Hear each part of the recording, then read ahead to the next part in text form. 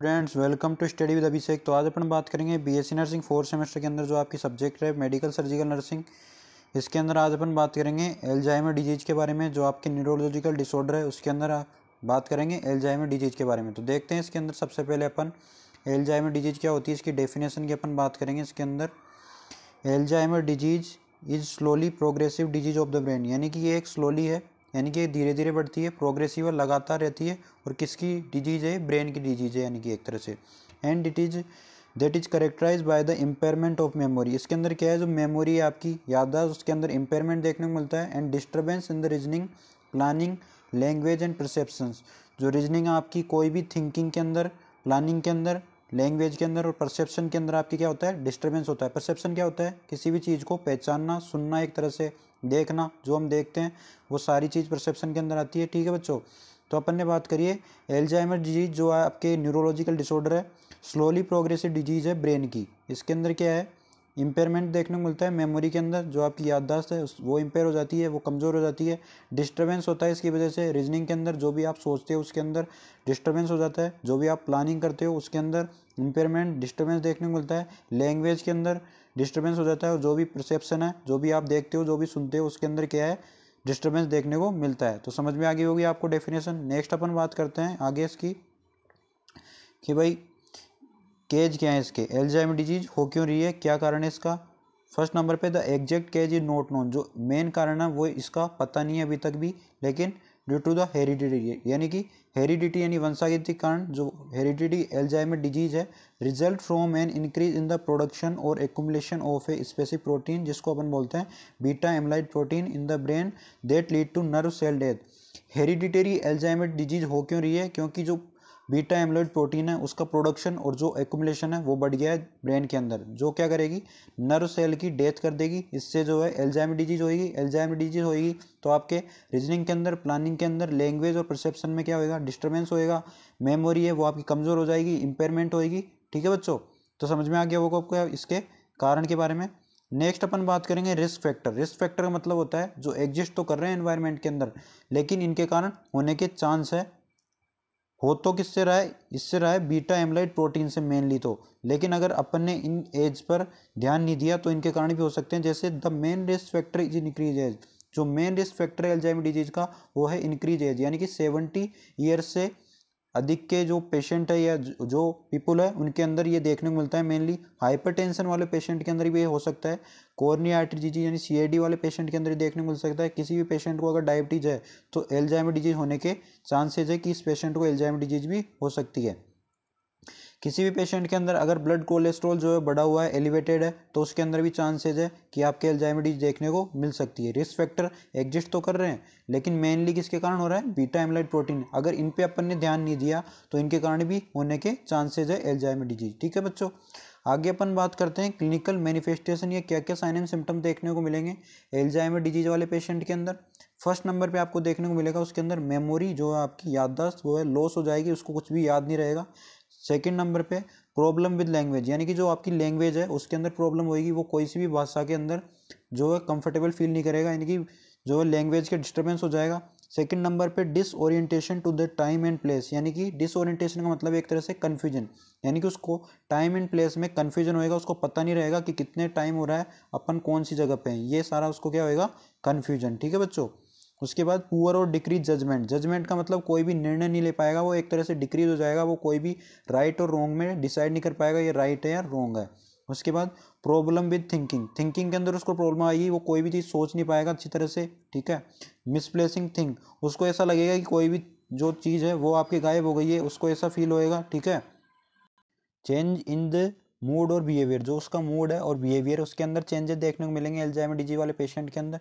Change in personality, जो उसकी personality है उसके अंदर भी चेंजेस देखने को मिलेंगे।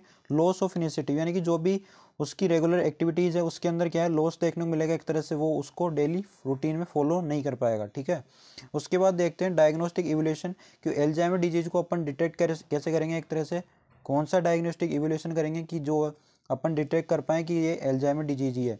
तो इसके लिए देखते हैं नो स्पेसिफिक ब्लड टेस्ट, इसके लिए कोई भी स्पेसिफिक ब्लड टेस्ट और इमेजिंग नहीं है वैसे तो।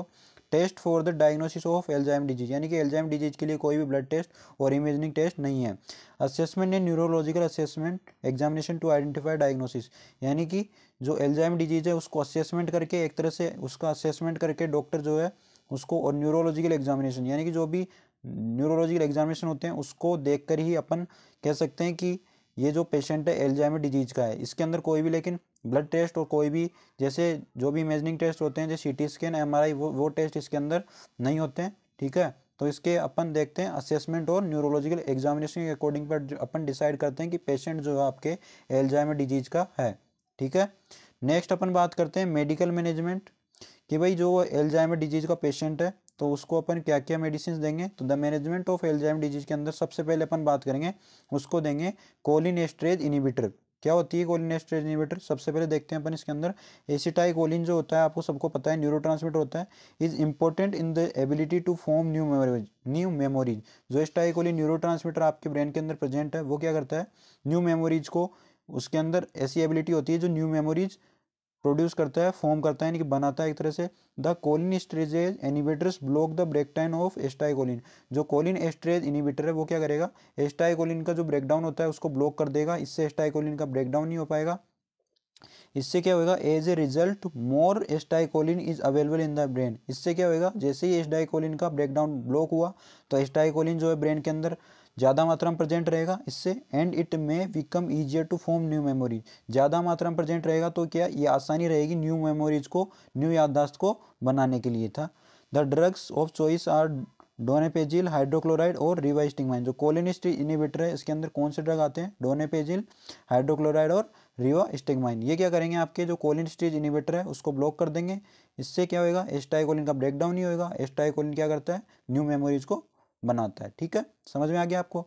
आगे बात करते हैं अपन सेकंड नंबर पे ग्लूटामेट एंटागोनिस्ट। ये क्या करता है, glutamate is the major excitatory neurotransmitter in the brain. ये भी एक एक्साइटेटरी न्यूरोट्रांसमीटर है जो ब्रेन के अंदर प्रेजेंट होता है, लेकिन too much glutamate may be bad for the brain, यानी कि अगर जो है ग्लूटामेट आपके ब्रेन के अंदर ज़्यादा मात्रा में बढ़ गया है तो वो ब्रेन के लिए आपके बेड है, एक तरह से हार्मफुल है। And causes deterioration and of the nerve cell, यानी कि डिटेरियोरेशन यानी कि एक तरह से नर्व सेल के अंदर क्या है, जो आपके नर्व सेल के अंदर क्या होएगा, कन्फ्यूजिंग एक तरह से, यानी कि जो नर्व सेल आपकी डैमेज हो जाएगी, डैमेज नर्व सेल हो जाएगी तो जो है आपकी न्यू मेमोरीज फॉर्म नहीं हो पाएगी। न्यू मेमोरीज अगर फॉर्म नहीं होगी तो आपको जो है एल्जाइमर डिजीज आपको हो सकती है। ठीक है, तो इसके लिए अपन देते हैं ग्लूटामेट एंटागोनिस्ट। ये क्या करता है, आपके जो ग्लूटामेट है अगर ज़्यादा मात्रा में ग्लूटामेट हो गया तो आपके क्या करेगा, नर्व सेल को डेथ कर सकता है। इसके बाद अपन बात करेंगे इंपॉर्टेंट है नर्सिंग मैनेजमेंट। ये पता होना चाहिए आपको, जो भी डिसऑर्डर आप पढ़ोगे उसका medical management and nursing management important है, एग्जाम में पूछे आते हैं बच्चों। ठीक है, अब बात करेंगे नर्सिंग मैनेजमेंट। जो नर्स फॉलो करती है, एक तरह से नर्स बनाती है, नर्स तैयार करती है कि पेशेंट के अकॉर्डिंग, पेशेंट के डिसऑर्डर्स के अकॉर्डिंग, उसको जो भी डिजीज है उसके अकॉर्डिंग नर्स उसका लिए नर्सिंग मैनेजमेंट तैयार करती है। तो इसके अंदर देखते हैं, provide rest period between activity. जो भी एक्टिविटीज पेशेंट कर रहा है उसके अंदर रेस्ट पीरियड उसके लिए तैयार करेगी कौन, नर्स। सेकंड नंबर पे encourage the patient to exercise as order to help maintain mobility, यानी कि जो भी उसके लिए एक्सरसाइज है जो मेंटेन करती है उसकी मोबिलिटी को, मूवमेंट को, वो सारी उसको करवानी है। पेशेंट को बोलना है कि आपको ये सारी एक्सरसाइज करनी है। ठीक है, encourage sufficient fluid intake and the intake nutrition and educate nutrition. जो भी फ्लूइड का इनटेक है और एडुकेट न्यूट्रिशन पेशेंट को देना है, जो भी डॉक्टर ने प्रिस्क्रिप्शन लिखा है उस टाइम से। ठीक है, frequently check the vital signs. जो भी वाइटल साइंस आपके टीपीआर बीपी वो सारे चेक करने हैं अपन को। उसके बाद establish an effective communication system with the patient and his family to help them adjust to patient altered cognitive abilities, यानी कि जो भी पेशेंट के अंदर कोग्निटिव एबिलिटी, जो भी थिंकिंग, प्लानिंग, रीजनिंग के अंदर जो भी डिसेबिलिटी हुई है, एक तरह से अल्ट्रेशन हुआ है, तो उसको मैनेजमेंट, उसको इफेक्टिव बनाने के लिए आपको क्या करना है, कम्युनिकेशन करना है। किसके बीच, पेशेंट और फैमिली के बीच। उससे क्या होएगा, जो भी पेशेंट के अंदर जो भी डिजीज है वो कम हो जाएगी थोड़ी बहुत, क्योंकि आप उसको एक तरह से साइकोलॉजिकल सपोर्ट प्रदान कर रहे हो। साइकोलॉजिकल सपोर्ट से क्या होएगा, जो भी उसकी कोग्निटिव एबिलिटीज़ है, यानी कि जो भी आपके कोग्निटिव एबिलिटी जैसे थिंकिंग के अंदर, प्लानिंग के अंदर, जो भी परसेप्शन, रीजनिंग के अंदर जो भी डिसेबिलिटी हुई है वो आपके ठीक हो जाएगी। ठीक है बच्चों, तो आज अपन ने बात कर ली है जो आपके न्यूरोलॉजिकल डिसऑर्डर है एल्जाइमर डिजीज, उसकी अपन ने कंप्लीट बात कर ली है। इसके अंदर अपन ने डेफिनेशन की बात कर ली कि क्या डेफिनेशन होती है। ठीक है, इसके बाद केज की बात कर ली, क्या कारण होते हैं, रिस्क फैक्टर की बात कर ली है। इसके बाद देख लिए क्या क्या साइन एंड सिम्टम्स देखने को मिलेंगे। इसके बाद अपन ने देख लिया डायग्नोस्टिक कैसे करेंगे, इसको डायग्नोस कैसे करेंगे अल्जाइमर डिजीज को। इसके बाद मेडिकल मैनेजमेंट की अपन ने बात करी है और लास्ट अपन ने बात करी है नर्सिंग मैनेजमेंट की। ठीक है बच्चों, तो नेक्स्ट वीडियो मिलेंगे अपन नए टॉपिक के साथ। लाइक और सब्सक्राइब करना ना भूले बच्चों चैनल को। नेक्स्ट वीडियो मिलेंगे नए टॉपिक के साथ। थैंक यू फॉर वॉचिंग बच्चों।